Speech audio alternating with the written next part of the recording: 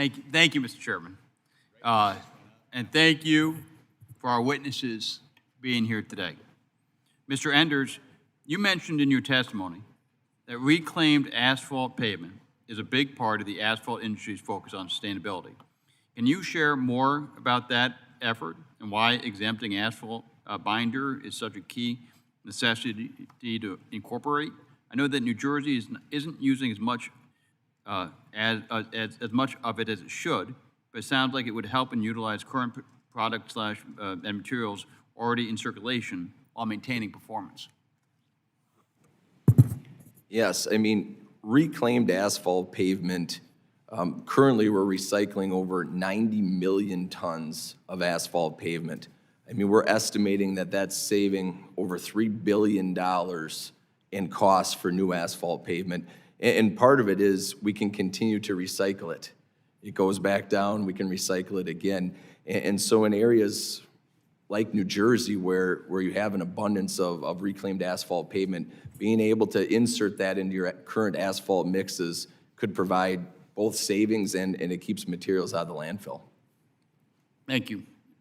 Director Braceras, in your testimony, you talk about the difficulties in securing Buy America waivers. Congress wanted to make it difficult to attain a waiver, but not impossible. What recommendations do you have to improve the Buy America waiver process? Thank you very much. I think fundamentally I agree. It shouldn't be easy to do, and waivers should be limited. And if you look at what's going on right now, they are limited right now.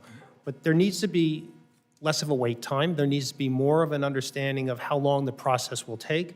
We need to have clear guidance on what is expected in terms of documentation to justify a waiver.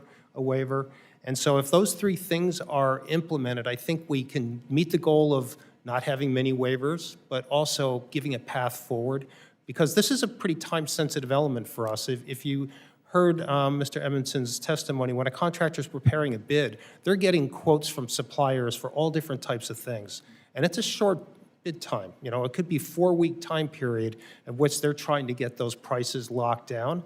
And to be able to know that they're working off of products that meet the qualifications is critical. Otherwise, they're going to add risk to their bid, which costs the taxpayers more money.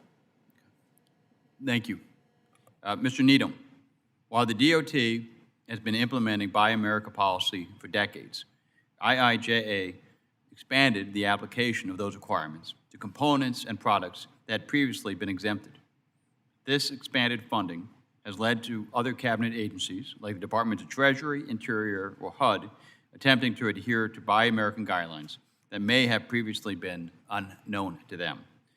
Obviously, steel is used across all sorts of federal products. Has there been consistency of implementation of Buy America provisions across the federal government? No, there hasn't been consistency. In fact, HUD has delayed implementation to August of this year for several programs on iron and steel products.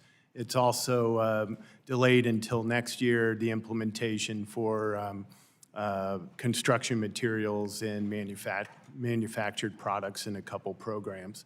So what I would say to that is a great example of it is the Federal Highway Administration and how they've administered this. And I think, you know, as we look at within our company of how we look at best practices, I think that would be a great way for other agencies to look at them and see how they've implemented it. Okay. And if you're looking as that example, and if you mentioned HUD, for example, and as one of the people who've delayed the implementation, what impact does that have on society and inflation costs if these things are delayed?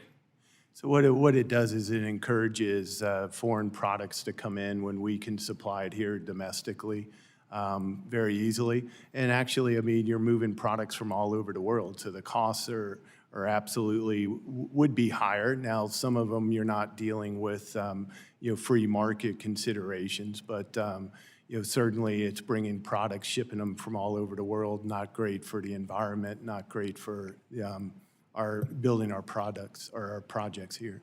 Okay. Thank you. Yield back. Gentleman yields. Ms. Malloy.